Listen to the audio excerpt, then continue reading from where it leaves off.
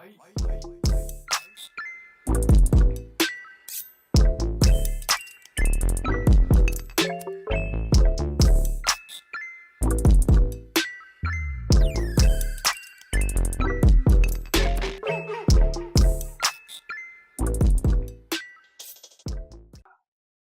first and foremost, I just want to hear what you've been up to, what's going on, how you're handling the pandemic, like what's going on in Stanley's world. I mean, the pandemic has been challenging for everybody, especially for me in my field of work.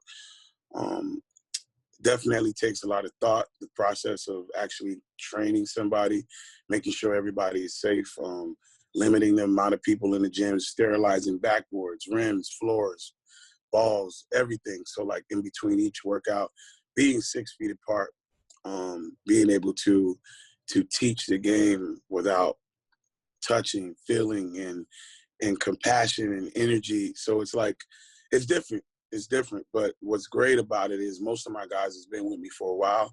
So they understand what I want. Watching film has been a lot better because now we get to do it more. That's a part of training the mind that obviously we've done, but now we can focus on it a lot more due to conditions. But just trying to figure it out, keep my family safe, keep myself safe. That's pretty much it. So I think a lot of people want to know how you started building your relationships in this industry. I read a little bit on it, but for you, what was like the turning point where you were like, all right, I want to get in this field, and how did you start building those relationships? Well, my best friend, Keyon Dooling, 13-year NBA veteran. He played in the NBA for many years, and that was my best friend. So I was around it. Most importantly, sometimes people are around it and they enjoy the fast life and they enjoy the arenas, the partying, and you can't deny that. As a young man, those things are amazing. But I think what I was able to pick up from it is how guys think, how they react, how they are with their families, how they move, understanding their minds, their perspectives. It's different perspectives than people. When you're in your family and your first generation money and everybody's depending on you, like if someone got a cut, mind you, I'm just a basketball player. Everyone's calling them. Like, just because you're rich, you're supposed to answer for everything. So seeing how they operate, I was able to pick up on that. And I think that was very, very key in my industry, understanding how guys operate. I think a lot of teams sometimes, it's difficult. When you have 20 kids, it's difficult to know everybody's mindset. That's why it's a lot of mental health things going on right now around the NBA. Just understanding these guys is very, very important. Not just teaching these guys, coaching these guys, understanding who they are, understanding how they learn, how they operate is very, very, very important, especially in my field, because if I want to relay something to them, I just can't relay it the way I want it. I have to relay it to where they're receptive to it. So I think being around the game, being around NBA players very early, obviously it gets the starstruck out. You're more so like one of them. You're around. They trust you, most importantly. So I think with that was a big key early on in my career. And then also, being around his teams, I used to take all the playbooks, study them. I think that gave me a head start on the game as far as the X's and O's and understanding what NBA coaches want from their players, understanding that, a lot of trainers sometimes make it about them. I think it's always about the player and what the team wants from the player. That's very important. I think if we go against the grain and we try to do things our way only, mind you, you can put your twist on it, but making sure that player is amazing at what that team wants from him, then, the string gets longer where they can start adding jumpers or they can handle the ball more. But if they want them to do a certain specific thing, we got to make them great within that team concept. I think that's very important. But to go back to, the beginning, being around Keyon, I think I was an average player when I met him. And, growing up, all we did was play 5-on-5 against older people in the inner city areas. literally. Obviously, what that taught us was being competitive, teaching us how to compete, teaching us how to be tough, which I think the generation misses now because, you know, if you look outside, there's no park games going on. Like even before the pandemic, right? Really, it's like everyone's indoors. It's AAU. You On play their like phone. exactly. You play 1,000 games a year AAU, but like, you know, not saying you have to play in inner city areas, but it was a benefit to that. It was definitely a benefit to that. So when I met him, he kind of like changed my outlook on basketball. Like, work on your game. You got to take 1,000 shots a day. You got to work on your pull up. You got to do this. You got to do that. And doing that, it changed my whole game. I became an elite player, literally, because I changed my whole outlook on how to get better. And I fell in love with that process because I watched myself change. And I was like, dang, where I'm from, I feel like it's a secret. When I'm done playing basketball, I want to be able to relay this secret to everybody. Like, listen, this is cool playing pickup, you know, but guess what? This is how you get better. And how I felt with getting better, I wanted to spread that. So like even going to college and playing, it was funny. I was even training my teammates. It was crazy. I already knew what I wanted to do in life. So I literally, we called ourselves the nightclub, and we would come at the gym at night. And I literally would do everything that me and Keyon would do during the summers with them and getting extra work. So like, and our coaches loved it. Coaches loved it. And I just continued that passion, man. When I graduated, I came back home. I said, this is what I wanted to do. Started training a lot of kids. Through Keyon's success, that's where a lot of the pros came. Keyon came in the league a non-shooter. Obviously, he was a little older than me, so I didn't train him at first. It was more so like him training me. And he knew how much I studied the game every year. It's funny because I talked so much basketball with him, so after games, I would literally call him right after the game when I know he's going to I literally time it. Okay, he's going to do an interview. He's got to shower. He's got to have fun with his teammates in the locker room for a little bit. And then boom, he gets in his car and it's time to go home. I would literally time it and I would call him right when he gets in his car. He would be like, bro, I don't understand how you know exactly when. And he would say, bro, I've been around basketball all day, especially on the game day. I had shoot around. I know I had to think about, do my own studying. I had a game. I don't want to talk too much basketball. So he would be like, give me 7 minutes and that's it. And then let's talk about real life, like, because we're best friends, like outside of basketball. Those 7 minutes was like the most amazing time of my life because I'm like literally talking to an NBA player about the game, what I think he could do better. Mind you, he's looking at me like, I train you. How are you going to tell me? So eventually, after years of those 7 minutes, it grew from 7 to 30 to 35 to an hour and a half on the phone. Mind you, he's got his own family but it's like he's listening to me because at the end of the day, right, if a coach has 15 people to worry about, and I'm just worrying about one person, I'm watching how he walks, how he talks, how he runs, how he jumps. I'm not, they might miss something. It's 15 people they got to watch like that. They might miss something, but I don't because I'm literally just watching one player. So he saw that concept and he said, you know what? One summer, he's like, man, you ready. You've been training all these kids. I'm ready to just let you train me. I'm not going to say anything. You train me.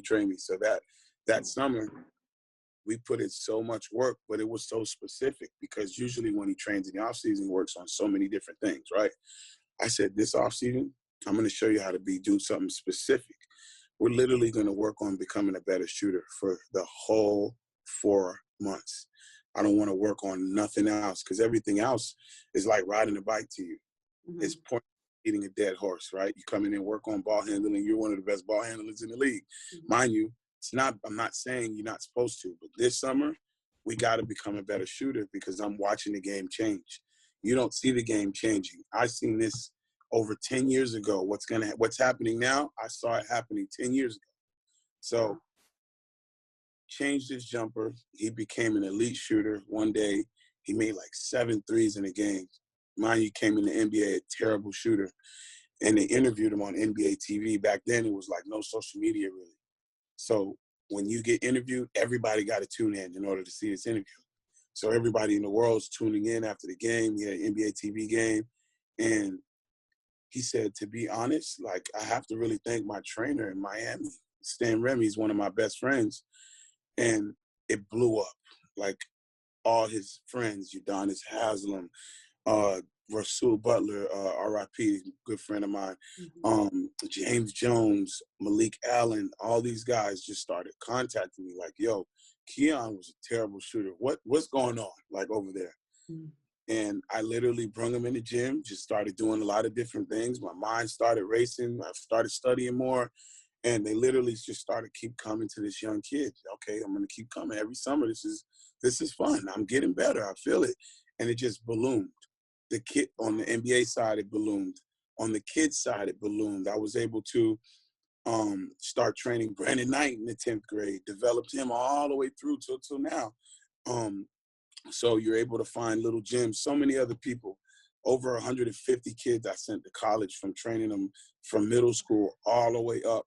So it wasn't just the focus of NBA. And to be honest, that's still my biggest, to me, what's the word I'm looking for? That's my biggest accomplishment is sending over 150 kids to college, giving them a free education, changing their lives to become something, right, through the game of basketball.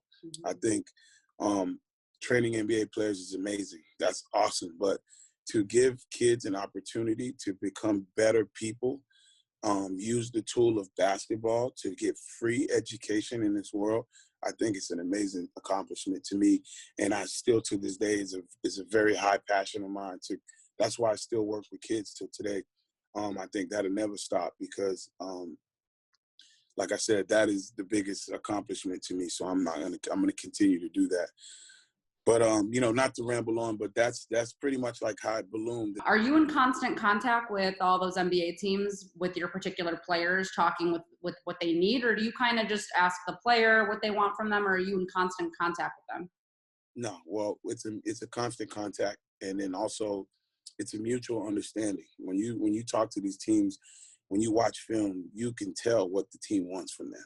Okay. And when you talk to the team, it's just like reassurance. You have to speak the same language. If I'm saying red and the team is saying blue, that's a miscommunication. If I'm saying red and the team's saying red, eventually he's going to understand red is the color that I have to play with. You understand? So that's very important. You cannot go against the grain. Now, there's a million ways to skin a cat the correct way. Okay, that's why it's so many trainers and there's so many good trainers, because there's so many different ways you can skin a cat and make that cat great. So I think teaming up with teams, it makes my job a lot easier. It makes the concept of what we're getting better at a lot easier. Now, I might add my twist to it, but at the end of the day, the ultimate goal is the same goal as the team. That can't change. Now, here's one thing that I always tell guys. There's a 10% gray area in the game where nobody has control. No coaches have control, and no player has control. So you have to prepare for those low shot clock situations. You might do a dribble move, 3 seconds to go. If you haven't been doing it, you haven't been working on it, you're going to look crazy in that moment. Your team might say, hey, we only want you to make layups, right? And you're in a position with 4 seconds to go, and you got to shoot a jump shot. If you haven't been working on that jump shot, what's going to happen? You're going to look crazy. So you also have to do at least 10 to 20% of expanding your game. So that, because it's 28 other teams and 27 other teams in the NBA. One team that you're with might want you for this. You get traded, they're looking at you like, we want you to do this now. But you're how do like, you handle that? But see, that's why you have to be able, that 10%, you always have to work on that 10%. You make your team happy. 90% of what they want, 10% of what you need. So it's two different things. And you got to make sure you always apply that and don't get drowned in, only doing what your team wants you to do. That it's only 10% where you work on yourself. Correct. And now we're seeing kind of the positionless, so to speak, basketball where, we're seeing Ben Simmons, who was at the 1, now he's going to the 3 or the 4. And then we're seeing Covington, same thing. Now he's playing different positions. So are you kind of like overall kind of teaching the same types of concepts, and you want them to just be able to play 1 through 5? I mean, obviously a guy like Steph Curry is not going to be a 4 or 5, but Yeah. I mean, are you for most of these guys, are you trying to maybe shift your focus into more of an overall game? Well, to go back to the teams, at the end of the day, when you talk to the teams and Yeah. like Robert Covington, no matter what I want him to do, when I talk to the Rockets, if I was training him, which I don't, but if I was training him, but I do train somebody similar over there, Jeff Green. Mm-hmm. So speaking to their teams, to John Lucas and those guys, obviously he's gonna play someone. When you say one, it's not necessarily a point guard, it's a play starter. I might have to get it off the rim and start the offense. You have to be able to do that. You might have to play the 2, you might have to play the 3, you might have to play the 4, you might have to play the 5, Jeff. So he has to understand, first thing first, the knowledge of their offense and what they want to be done. He has to be the smartest basketball player on the floor. So studying film, we studied so much film during that quarantine on the Rockets because he had a short time with them before he signed, and then boom, quarantine hit. So, and they shut the league down. So we studied. How can he complement those 2 animals over there, right? Because they got 2 animals over there that dominate the ball in a great way, right? They dominate, and I think I apologize to myself because now that I watch the Rockets in depth, Russell Westbrook is an amazing teammate. Not saying that James is not. He is a very good teammate. I think Russell Westbrook is an amazing teammate. I love his passion, his energy, and his goals. It can be very misconceived when you are watching him from afar. He might look selfish, right? He might look like it's all about him. It is the total opposite. And to me, not watching him in depth, I made that judgment. Like, you know what? He looks like he's always trying to play downhill. But to be honest, it's literally to put pressure on the defense to make plays for people. Mm-hmm. And it's amazing to watch him. I have a whole different perspective on him, and watching them closely. I apologize for even thinking that was the case. But I think he just watching him, I got a newfound of respect for him. But yeah, to go back to your question, yeah, some guys they might have to play 1 through 5 like a Jeff. Mm-hmm. So talking to the teams, they kind of give you that information. Watching the games, you kind of see that information.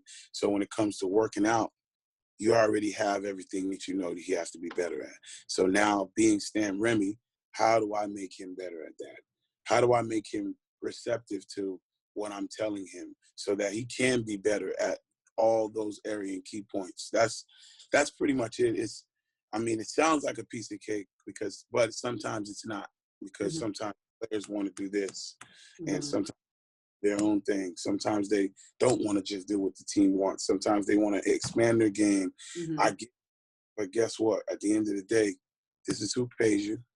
This is who wants you to be successful in these ways. You got to master these things. You got to understand how to do that. And in order to relay that message to a player who is in the NBA and he's seeing everybody have success and he's playing only one way, everyone else is playing 5 different ways. This is where it goes back to what I said, understanding how players operate and how they think, Mm-hmm. and how the information, how to talk to them to where they understand what you're saying, and you grasp the team concept and everybody's happy. That Mm-hmm. goes hanging out with NBA players as a teenager, understanding how these guys operate, because it doesn't change.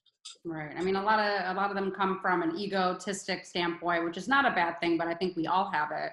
But then we also see, which is an interesting point that you made, is like, as a trainer, as an NBA coach, and as just an NBA friend, you're friends with these guys too, understanding them from a different perspective and how they operate. And I feel like a lot of teams miss that mark. I don't know if it's with their coaching staff or front office or whatever.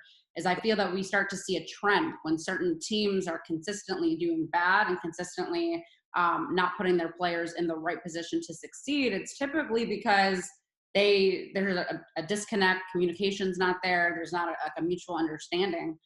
So with guys who I guess might not be the right fit for a team, because we see that a lot where it's like, oh, maybe he'd be better off in with this team or with that team. How do you handle that even when you might know, okay, this isn't a good fit for him, he might be better playing here? How do you like handle the mindset? Because I'm assuming some guys might get upset, and as you mentioned with the mental aspect of the game, I mean, depressed, not feeling like they belong. Like, how do you handle that?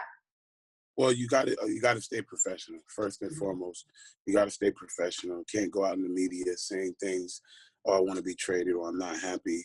You don't want to be a cancer. You have to staying professional is the main thing. So when I talk to guys that might not like their situations, you got to figure out how to win every day. Meaning, not just the game, win the practice, right? Win the film session, win the locker room. Whatever it is, you have to find a way to see the light at the end of the tunnel. Like I tell them, see the good in everything. What is the good in this bad situation? You know, instead of sitting there and moping, figure out what's the good in this situation. Be happy and understand there's 27 other teams that's watching. So be careful, okay? Be careful with your swag, with your wearing your emotions on your sleeve. Listen, you go out there, one thing that you can control is playing the hardest that you can. So you go out there and you do that, and some other team will value it at some point. And if you have a great agent and you got a good relationship with the team, they'll put you in another situation so that you're successful, just like Jeff Green. He loved playing with Utah, but it just wasn't a good fit. And look at him now. It's like crazy. It's like night and day. Sometimes, like you said, it might not be a good fit. Doesn't mean you're not a good player. Just might not be a good fit. And by the way they're using you, you know, sometimes teams might not know how guys operate. Once again, like we were just speaking, sometimes teams don't understand the other types of talents that they possess, and they put them in a position that they feel is going to make the team successful. Mind you, they're very smart. These coaches are very smart. So if they make that decision, that was their honest suggestion and why and how they feel like this player was going to be successful. It didn't work out.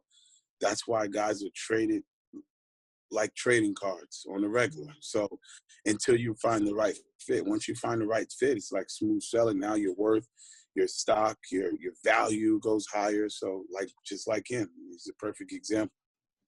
So you said 10 years ago you predicted where the league was headed, and that was obviously to the three-point shot, better shooting. Yep.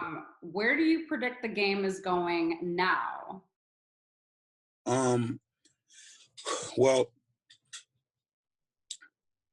the reason why I predicted the game to change was because if you looked at back then all of the top 10 point guards in the NBA, if you looked at 20 years from now, point guards were what? Like John Stockton, Magic Johnson, they're setup guys, right? It's people that make plays. Jason Kidd, you know, they make plays for people. That's primarily what they do. You watch the change to the next era where all point guards almost average over 20 points a game. So I knew, listen, it's turning into an offensive league, because when you're a point guard, the person that's supposed to be passing most of the time is probably the leading scorer on the team. That's a different type of game going on. So it's not like they're being selfish. It's just these guys are being more talented. And then also people like me started to evolve in basketball. There wasn't a lot of trainers around 15 years ago outside of the team. Now there's millions of us. So guys are really skilled now. Like guys are like been training since they were like 7 professionally. So of course the game's going to change. You're going to see more three-point shooters. You're going to see a lot more range. So understanding that and seeing that, I'm like, hey, what if there were 20 of people that were thinking like me, become me? If it's 20 of me, that means the game is going to change. If these guys are really working hard and getting better, the game is going to change. So me making that prediction, understanding that, like, I know it's going to be more of me, especially when social media happens. It's going to be a lot more of me. So if that happens, it's going to be a lot more skill. Guys are going to be a lot better. So seeing that, predicting that, that was easy to see that the game was going to change. And I feel like Golden State, I think they definitely evolutionized basketball. Like, they will go down in history as, like, literally evolution. Like, they changed the face of basketball. And I remember Charles Barkley saying that, you know, a jump shooting team can never win a championship. Like, I get it, Charles. Your perspective is in the 90s. That's his era.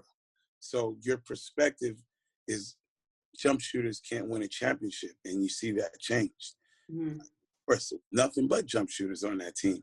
Jump shooters is what was why they won the championship. They had two of the best shooters in the world ever on the team before adding KD. And then you add KD, you get another top 5 shooter in the game, all on the same team. So, like, jump shooting, it definitely expanded the game. And I feel like Golden State was a team that evolutionized the game. And what happened was, I think every team felt like they had to play like Golden State to beat Golden State. So they started changing that. Draymond Green was always at the top of the key, which forced him to be a stretch 4, shooting threes himself. Mm-hmm. He wasn't a post-up guy. So in order to create lanes for these shooters to come off pin downs and stuff, you have to move your 4 out. You got to move your 4 out. Mm-hmm. And that be a stretch 4. So a lot of teams started saying, wow, what if our guys started doing it? So you start seeing Karl Anthony Towns, all these guys start shooting threes. Karl Anthony Towns shot maybe 7 threes in college. He shoots 9 a game now, 8 threes a game. It's a whole different beast now. And the good thing about it, I feel like the game is going to go back, though. It's going to go back to the big man. I feel like it's going to go back to the big man playing inside out. Just because you got guys like, Joel Embiid. You got a lot of young guys that are coming in that are like Vernon Carey. These guys are like bruisers. And in order to put them in a position to be successful, you got to feed them down low.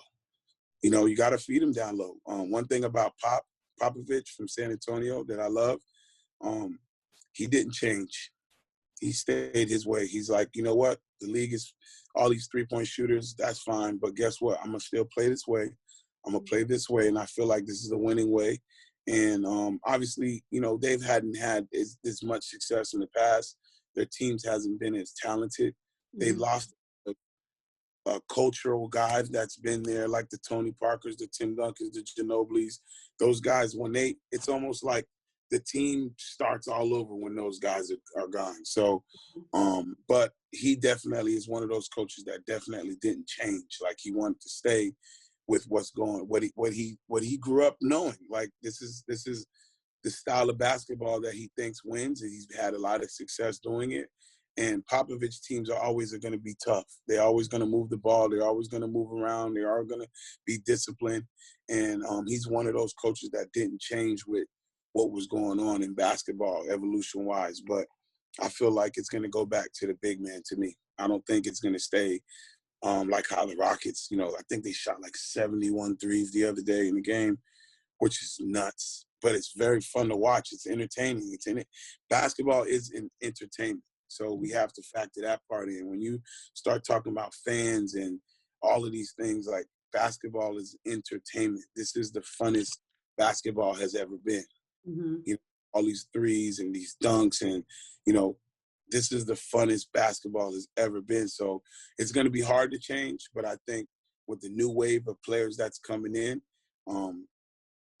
you're going to see more inside play. To me, I think it's going to be a mixture of both. See, I think you're not the only person to say that, because when I interviewed BJ Armstrong, and he's obviously been in the game a minute too. He's been a scout. He's an agent. He said the same thing, that he thinks it's going to definitely go back to the big man, but it's going to be in a different way that you mentioned. Like, we're seeing how Giannis is a big, but we see how he handles the ball differently, where he's the number one guy, but he's not necessarily reliant on the 3 ball. But what I also find interesting that you mentioned is with Houston is, like, their whole concept now is ride or die by the 3.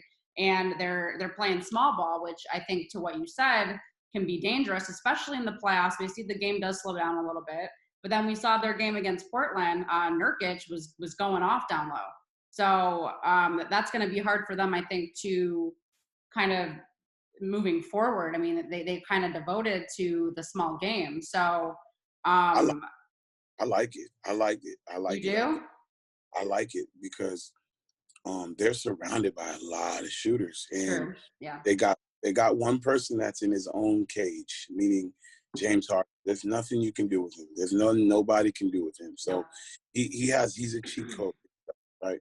Then you have Westbrook. An important stat that I keep with my point guards is something called paint touches. How many times do you get in the paint, right? I think when you get in the paint, you collapse the defense, you can kick out, you can get a high percentage shot. It's important to touch the paint. Mm-hmm. And Westbrook, I think, is like third in the NBA in points in the paint. So that means he's consistently touching the paint, which means it's going to be consistently wide open shots for these 3-point shooters. So Houston they can either blow you out, and if they're blowing you out, they can let you right back in the game because they can miss 10 threes in a row. But it changed their concept on what they're doing. They're still going to shoot those threes. They're still going to get those paint touches. And the good thing about it, when you're surrounded by 4 shooters, all you need is 2 to have a good day. When 3 starts having a good day, then it's a problem. When 4 of them starts having a good day, then it's very difficult to beat them. So it just needs at least 2 of those guys because James Harden and Westbrook can get in the paint whenever they want, and that's the most dangerous part about them. So, getting Capella out of there, I think he was a young, great big. I think he was very athletic, had good hands. He's going to do well somewhere else. I know he will. But you needed those driving lanes. Westbrook is very sporadic. You needed those driving lanes, and he's not a stretch, so he had to be around the rim. So you can't. It almost takes away from Westbrook's game by having those guys in the paint. So he controls the paint. At 6'4", he controls the paint. Okay, that's why I feel like they're going to be successful. I think as everybody shakes off those quarantine legs and they really start playing defense, as you can see, there really nobody's playing defense at this moment. As they shake those quarantine legs off and they get their legs up under them, like you said, an important part, the game is going to slow down. So I would love to see how they make adjustments when the game is slowed down. No, absolutely. And like you mentioned too, with James Harden, I think a lot of guys are trying to take that piece from his game, is that he is so good at getting to the paint, but he's also really good at drawing fouls, which I think people underestimate that skill, is being able to sell it, being able to get to the line. I mean, that's an easy 2 points right there. So Sure. My next question for you is, I know that as a professional basketball trainer, you do a lot of the teaching, but what is something that these guys have taught you? Oh man, I learn from these guys every day. Be honest with you, and that's one thing. I have an open line of communication with them. For instance, in my mind, I might have a way I want to teach something. Right? They might say, "Well, my body don't move like that." Who am I to say, "No, we're going to do it my way"? Oh, okay. We're going to adjust to how your body moves. Talk to me. Teach me. Okay, now I know how your body moves now. I know how you're receptive to this information now. So I make an adjustment. So I learn from these guys all the time. And I tell them that it is an open line of communication. It's never my way or the highway. This is a communication. This is me and you in the lab trying to get you better. So I need your help. I always tell them that. I need your help. So I learn a lot from these guys. It's so many different things. Mainly how they operate during the teams, what their teams want from them. They're able to relay a lot of information, feedback from what's going on.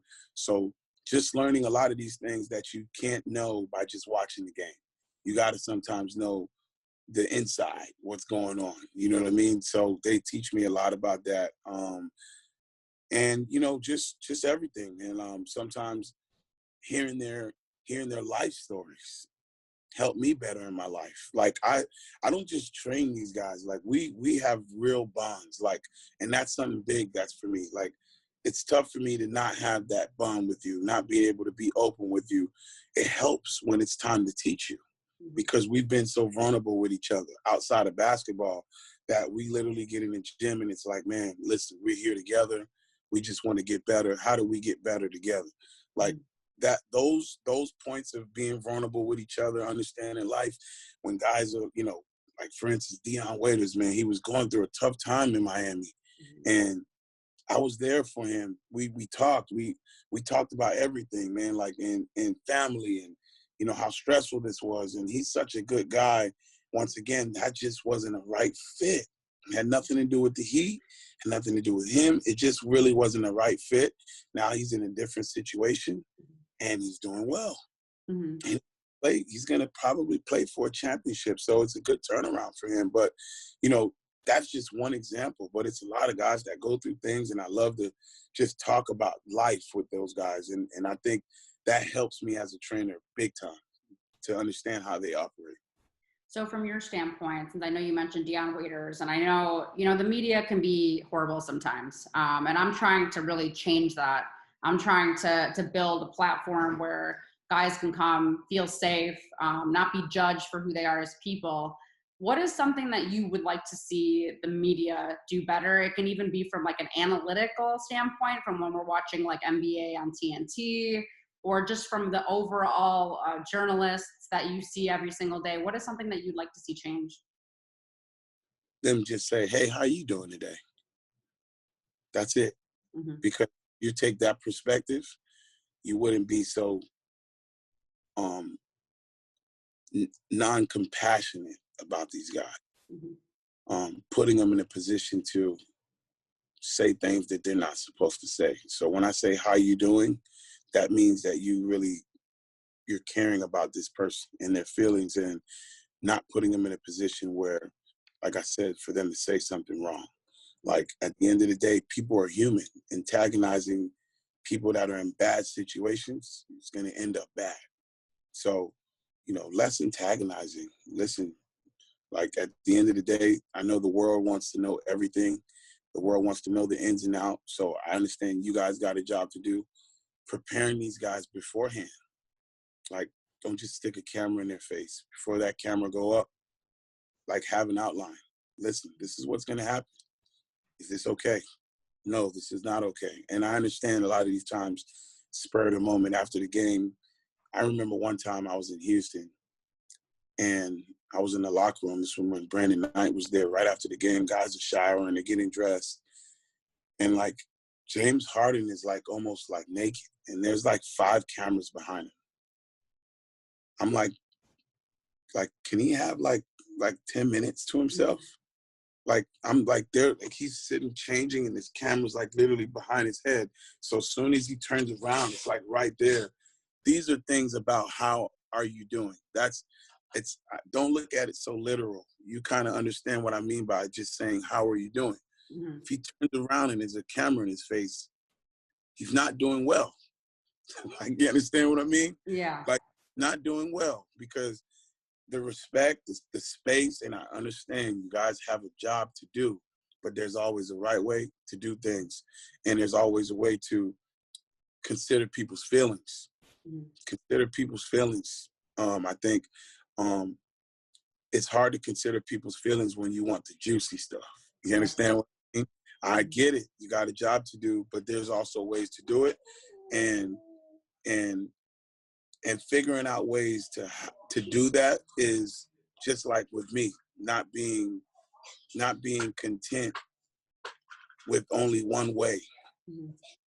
Finding out different ways to get your point across and not saying this is the only way. Being cutthroat is the only way to be successful in the interview world. There's ways to do it where guys feel comfortable, and trust me, when they do that, they'll find that one person that's an amazing interviewer, and they'll do an interview for them every time. Every time, because they remember, listen, you made me feel very comfortable. I think that's really important for sure. Because like you just said, a lot of people are so focused on getting the viral content. And like, it's like the world we live in now, and it makes my job hard because I'm not really that kind of person, where like I would never want to put a guy in a situation where they feel that, oh, I'm only doing the interview because I want this story or I want this. Like, I don't like it either. I just feel like I try to put myself in their shoes, and like I wouldn't want someone to put me in that situation. Facts. Yeah. Absolutely. Absolutely. So shifting forward, I know that you finally opened your new basketball facility. That is so exciting. I know it's been in the works a long time for you. Sure. What did it take for you to get to this point? A lot of hard work, a lot of saving money, a Yep. lot of hard saving money, keeping God first and staying open to evolving, not just staying one way, continue to evolve with what the game is now, involving my brain and continue to not let guys outgrow me, continuing to keep great relationship with guys. I think all of that factors into all my success and what I have now. So it's a brand new facility. We made it so perfect, like a practice NBA practice facility. Everything is NBA equipped, from your workout areas, from your treatment areas, from your basketball court. I partnered up with Felix Flores. He's a former DBC trainer who they're very respected DBC at a high level, and he's broken off and now he's doing his own thing. And it's an amazing partnership, and he's an amazing at what he does. He trains guys like Rodney Magruder, Willie Reed, Vernon Carey. So he knows how to operate with NBA guys, and he understands systems. So he's taking the same boat as me, communicating with teams and making sure we're all on the same page. Was this always a dream of yours? Like, did you kind of envision this from the start? Yes. One thing I learned from Keyon was your life goals, your short term, long term. Mm-hmm. And when I started this 12, 13 years ago, that was a long term goal. So throughout the years, if you have that goal written down, that's what you're chasing. That's what you're chasing. There's no getting off focus because that's a long term goal. Yeah, short term goal. I want to train this amount of players. I want to learn this amount of basketball. Long-term goals. I want to build my own facility. Mm-hmm. Call it home. That was always the goal. And now that you reach the pinnacle, it's like, guess what? I'm back in the lab figuring out my next long-term goal. Mm-hmm. What is that next long-term goal? I'm interested. One of my short-term goals was to work for an NBA team. Sometimes things, and I get jobs opportunities all the time. I'm just very comfortable in what I'm doing now. I like to work with everybody, kids all the way on up to professionals. So I don't want to give that up yet. I think I want to just change the narrative for trainers like us. I want people to view us. I want teams to view us as an asset instead of a threat. Or I want to change the narrative of the NBA using guys. Hey, how you doing? Using guys like us to do things for them during the summer, because at the end of the day, I feel like this is my opinion. Now that I understand how guys operate, if you're hearing the same voice for 8 months, eventually that voice starts to get lower and lower and lower until you don't hear it no more. Mm-hmm. It should be a voice that shocks the body. I hear a different voice in the summer. I'm in tuned. Now I was off away from my team. When I come back to my team, I hear this voice. I'm back in tuned.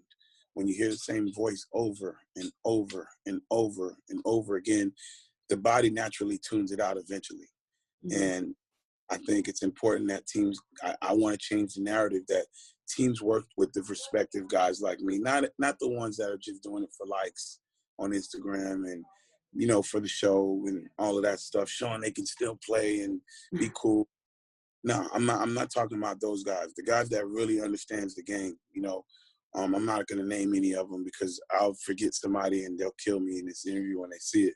but they know who they are. There's guys out there that are very elite at what I do, and I want the league to respect them, and let's work hand in hand to change the narrative in the summer times for these guys. Like, let's give them a different voice, and let's really work together. Mind you, believe it or not, yes, I work with a lot of NBA teams, but there's also a lot of NBA teams that frown on guys like us. Mm-hmm. It is what it is, because there's a lot of guys, like I said, that go against the grain. So they give everybody a bad name. Mm-hmm. If one person that does it trains somebody, and like I said, they're telling them black, but the team's telling them red, they're gonna sum everybody in that box. All these damn trainers making them do things they're not supposed to. Of course, I get thrown in the box, even if I'm doing everything right.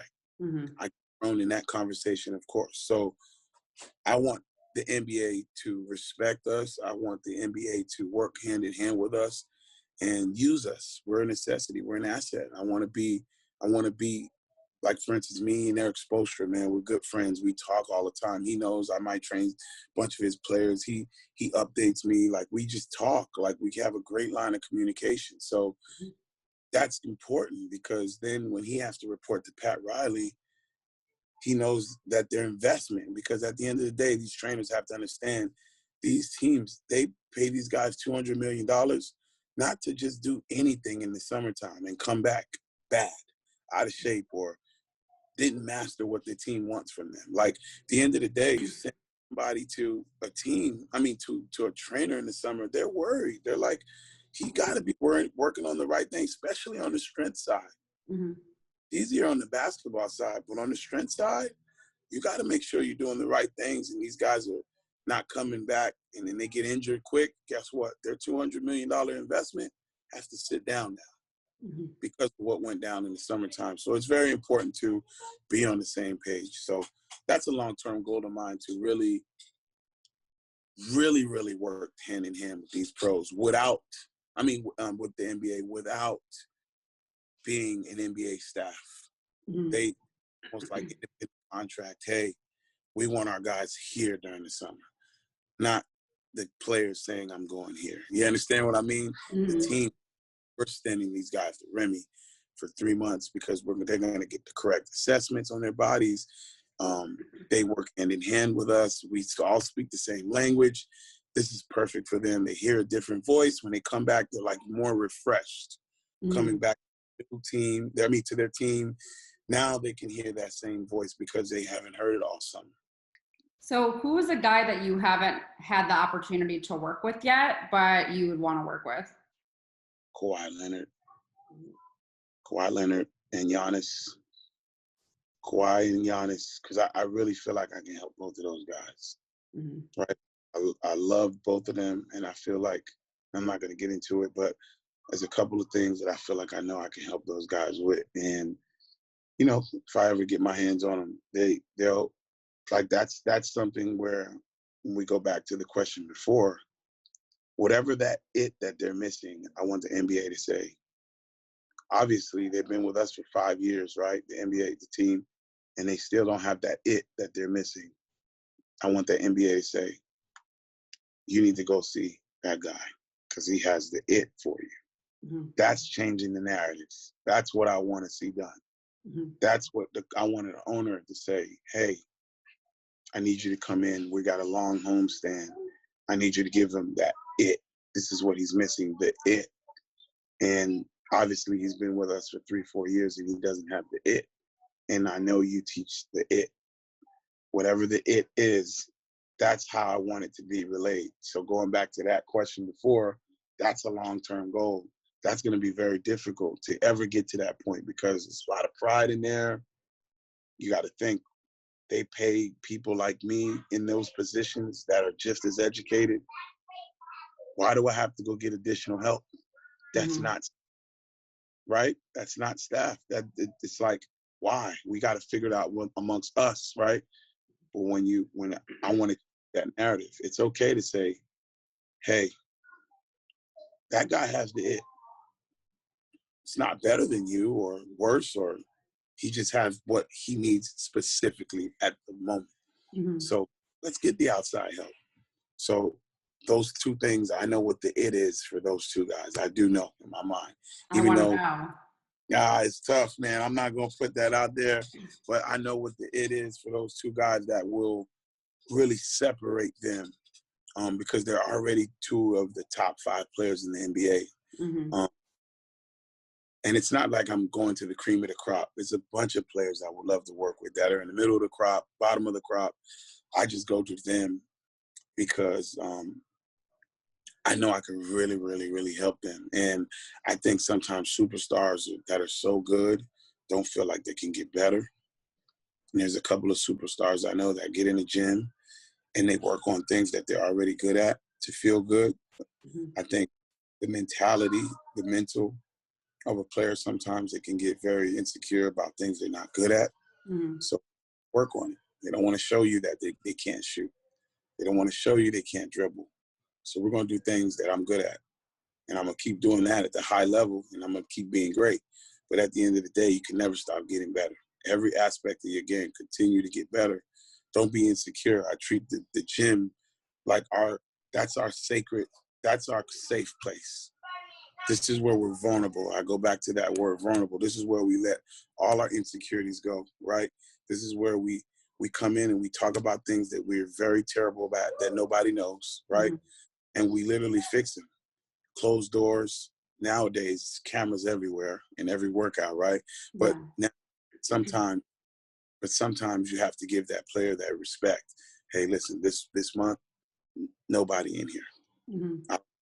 See what's going on. This is our secret weapon. We want to bring the training camp that nobody can see. Like sometimes players want that. The big time players want that kind of. Yeah. They want that exclusivity, you know. And with my facility now, I have the ability to do that now, and I'm so excited about that. Like, I determine who comes in my doors. Mm-hmm. You know, I determine what cameras are on. I determine what goes on in there. So now, that's a player's dream to have that kind of treatment. Like we're in a practice facility or we're in an NBA facility. Nobody gets to know what's going on. So if somebody wants to catch the league by storm, mm-hmm. that's the way to do it. I don't like the guy from Denver. He was in quarantine. He waited like maybe 2 weeks before he had to report. It's like y'all saw a ghost. He lost like 50 pounds. Mm-hmm. He didn't let y'all see what was going on. He didn't show you the process. Mm-hmm. He didn't show you the weights. He just said, boom, 2 weeks before he got to show up, there was a picture of him doing an interview over there. And they were like, wow, look at him. He didn't show you nothing. Mm-mm. Silence, and he caught you by surprise. But I tell you one thing, if I'm NBA teams, I'm like, he was an animal before. Now he's faster. Mm-hmm. He's quick. I got to go back to the drawing board. But if you're able to see the process, you're able to prepare for that. Oh, he's probably come back quicker, so we got to do this. But he hit him by storm. He lucky he had the quarantine because I think he had the coronavirus. But if he came back, it was going to be very difficult to prepare for him. Mm-hmm. He's like the real point forward, like in the NBA. Like, I love it. Like, I'm a big fan of him. I love his game. Like, he's a very smart basketball player, you know, and not to get off track, but like how he moved in silence, nobody saw the process. Mm-hmm. Sometimes players like that exclusivity. So, yeah. So I know you don't want to reveal all your secrets, and I know you probably have to go soon. So I don't want to take too much of your time. I really appreciate you being here again. Sure. So when I did ask you what you think Giannis's it is, or Kawhi, what are they missing in their game? I know you don't want to reveal your secrets, which I respect. but I would like to know who's maybe a guy that you worked with where mm-hmm. you saw like, okay, I'm going to change this in his game. This is what's going to make him a superstar. Who's a guy that you trained that way and it was able to translate to the floor? Okay, so very simple. Andre Drummond. I mean, it's as simple as it sounds. Hey, guy, listen. I know you want to do this. I know you want to do that. I know you want to do this, and I know you want to do that. But, hey, let's keep it as simple as you got to freaking make free throws. You're leaving points on the board. You had 18 tonight, 18 rebounds. but you were 2 for 11 from the free throw line. You got to fix that.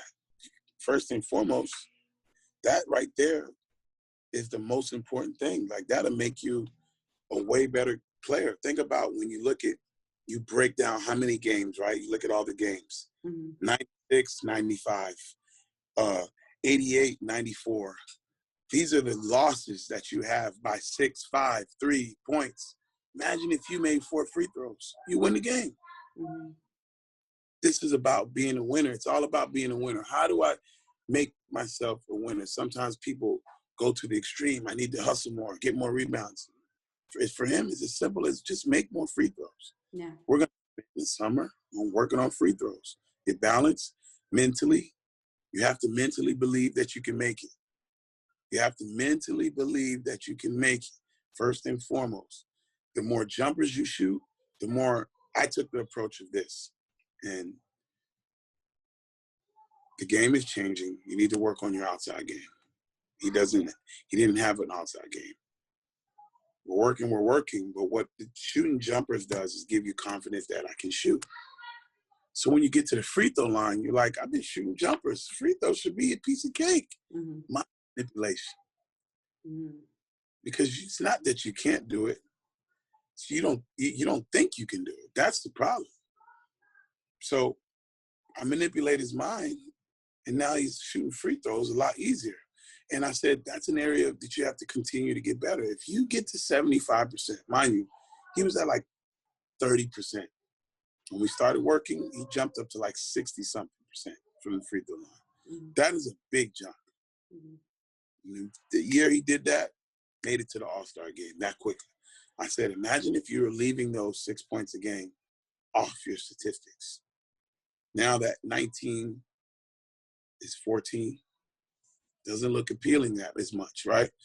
But I understand, not only does it help you personally, it makes your team better. That's like a turnover at the line when you go get fouled and they can just wrap you up or hack a shack, or they got to sub you out the game down the stretch because you can't make free throws. You're hurting your team. If you're not in the game, they don't have their rebounder. They don't have their defensive anchor.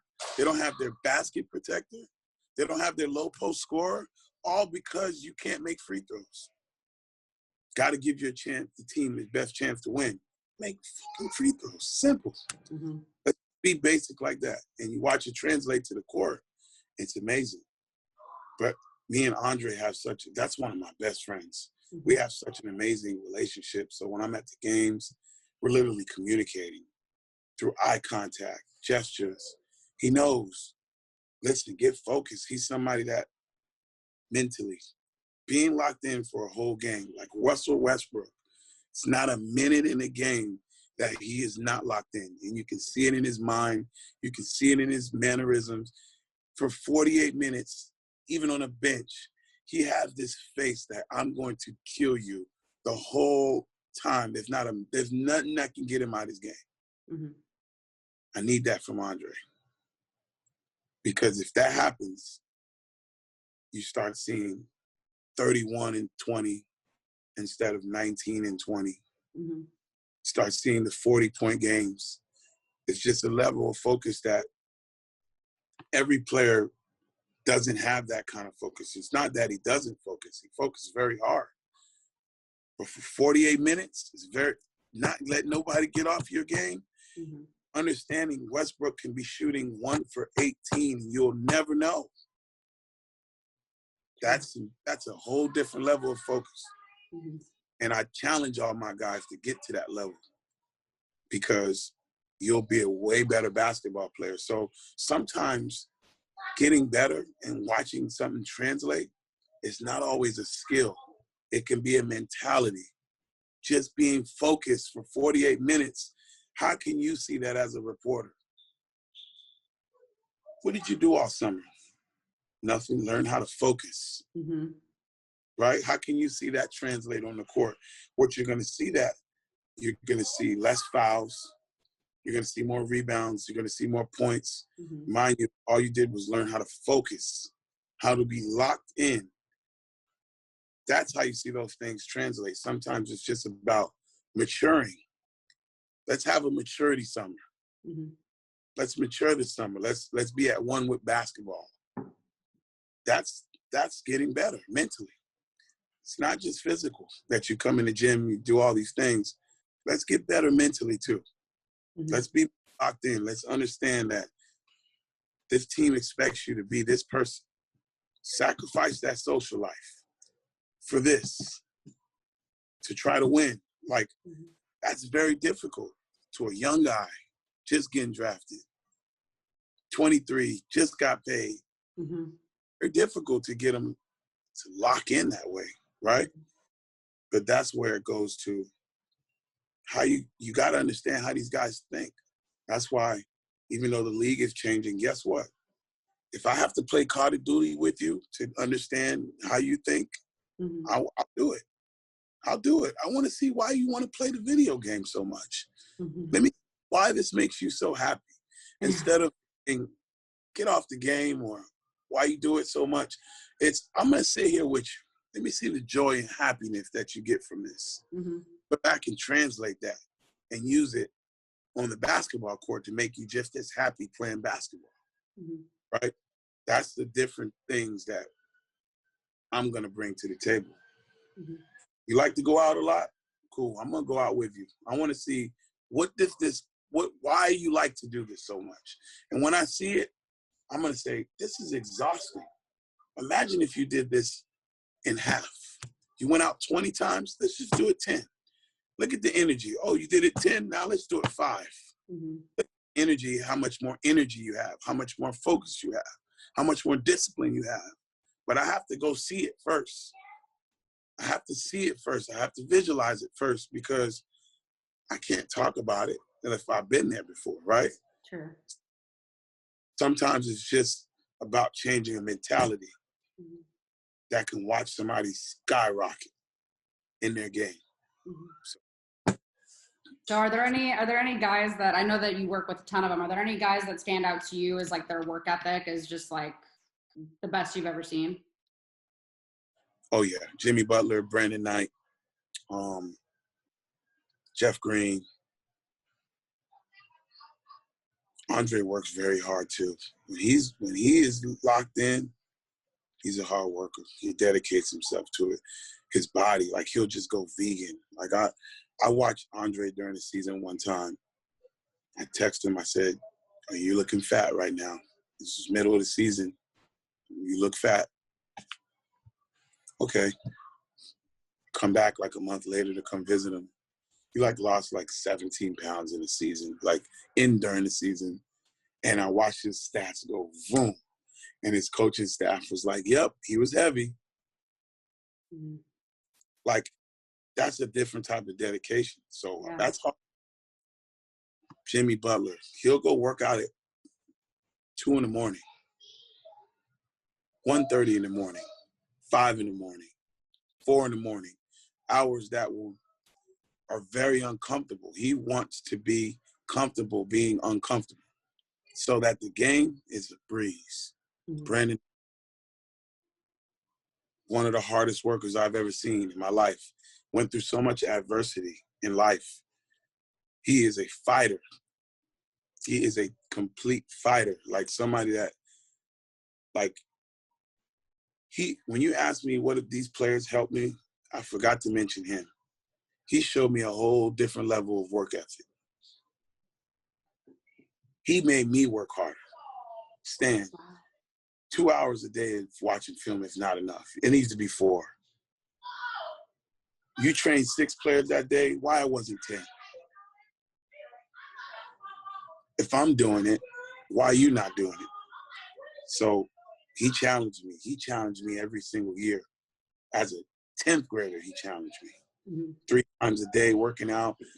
He's driving all the way to me at 4 in the morning, working out before school, working out after school, practice, then want to work out after practice on the things he didn't do good in practice in high school. He's the #1 point guard in the country and the valedictorian of a school that's top 5 in the world. That's a different level of hard work. That's different. Yeah. Killing them in the classroom, on the court, and the best at it, not just saying, oh, I'm good at it. Valedictorian means you're the best at it. #1 point guard in the country means you're the best at it. So he's literally giving you everything he got in 2 different things. That's a different level of hard work. Mm-hmm. Challenge me. Of course he challenged me. I can't let him outgrow me. He made me understand, like, every summer you got to get better. Don't come in here with the same stuff. You better figure out a different way to make me better. Mm-hmm. Different approaches every summer. So that's for sure. He's one of those guys. Absolutely. And then I have to also mention Dwyane Wade. I know that he's one of your close friends. I know that you've also trained with him as well. Yep. Kind of just, we obviously know what he was able to do on the court. We know that his work ethic, we know his mindset. Seeing how he's went from playing basketball to now all the other endeavors that he's stepped into, what can you say about that? First and foremost, man, he's a machine. Highlight of my career, working with him, Hall of Famer, best player I've ever worked with, by far. He's an amazing, amazing person, amazing father, amazing mentor, amazing businessman. He's a savage, man. He will go meeting to meeting to meeting to meeting, find a way to get court work in, find a way to get his body right, meeting, like fashion show, this, fly to Paris, fly right back, meeting, basketball, body work. Like, he is another one. Unbelievable person, bro. Like I can talk to him about anything. He's one of those superstars you wouldn't expect to be how he is. He's a very down-to-earth person. Mm-hmm. And that's what makes him special to me. Like, from day one, never Hollywood. He is a special person. And if he doesn't let a lot of people in, if you're in his circle, he'll go to bat for you and support you from top to bottom. So I love D-Wade as a brother, and he did so much for me. So I have nothing but amazing things to say about him. The reason I ask is because, I've interviewed a lot of guys, a lot of superstars, a lot of coaches, and Dwyane Wade is probably one of my favorite interviews I've ever had, because, like you said, I felt that he talks to you like you're a peer. He talks to you. He doesn't talk as if he's, the superstar that he is. He talks to you as if you're one of his own. And he's one of those guys that I felt that I can, like, literally just have a conversation with him all day, and not just about basketball, but about, like you said, about anything. Like, I just felt so comfortable. I felt that connection. And, like, with guys like him and guys like Jamal Crawford, I feel like they both kind of have that same mindset, where they're just so down to earth. And I wanted to hear from you what you take away from him. Take away so much, man. He's an amazing husband. I'm married, so I watch him, how he is, like how he makes time to make it special. The father that he is, especially with everything going on, just watching how he handled everything. Mm-hmm. I got a whole different level of respect for him when it comes to that, because at the end of the day, man, that's not easy. That's not easy. And he makes it look easy. He's loving. Like I said, he's loyal. So it's just amazing being around him, to call him a friend, call him a brother. I love him, man. Him, Udonis, those guys, man, it's very similar dudes, man. And just one more question for you. I know we've touched on a lot. I don't know if there's anything that I've missed that you maybe want to add, but overall, what is the impact that you want to leave on the world?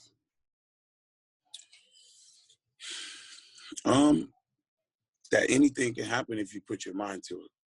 I want to impact the world and teach them about consistency. I think that's where we all go wrong. I think the world is built on trying to find the easy way out. I think we can say we want to do something, and when we see it's not happening, we quit. We go try to find something else that's easier, to try to be successful instead of sticking it out. So I want to show people that whatever you put your mind to, you put your mind to. But then you have to be consistent in the work. Be consistent. If this is what you want to do, you got to figure it out through the bad and the ugly. You got to figure it out through the bad and the ugly and figure out there is the light at the end of the tunnel. Success and being on top is not easy, because at the end of the day, you have to keep climbing. You have to keep climbing. There's no comfort zone. There's no, oh, I made it. I never had a, oh, I made it moment, because I'm always trying to keep getting better, keep getting better, keep getting better. You spend your whole life trying to chase dreams, chase dreams, chase dreams. So, like I said, being consistent, that's like the main thing, and literally putting your mind to something and just locking in and making it happen. If this is what you want to do, make it happen.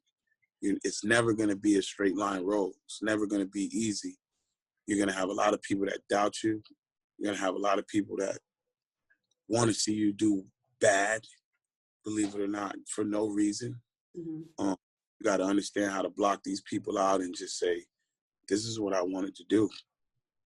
There's nothing that's going to stop me, period. And that's what I want to leave on the world, because at the end of the day, I ain't supposed to be doing what I'm doing. I'm not supposed to be doing what I'm doing. And I'm going to continue to be successful because, it's in my blood, it's in my DNA. And I just want to leave that on the world that, like I said, you can do anything you put your mind to. I love it. I feel like you're preaching to me, because there's been so many times where I'm like, I want to give up. I'm not getting to where I want to get to, and it's been tough because I feel like it's fearful, because it's like you're putting in all the work and you're like, oh my God, like when is something going to happen? Like what? But I feel that the support system that I've been able to get over the years and all of that has definitely helped with everything that I'm trying to do. So I think it's a great message. And I really appreciate your time, and I appreciate everything that you do for the game of basketball, and I wish you continued success. I appreciate it. Thank you for inviting me. This was great. I wish you much success. Keep grinding. Keep being great. You got mountains that you want to reach, so you got to climb. Keep climbing.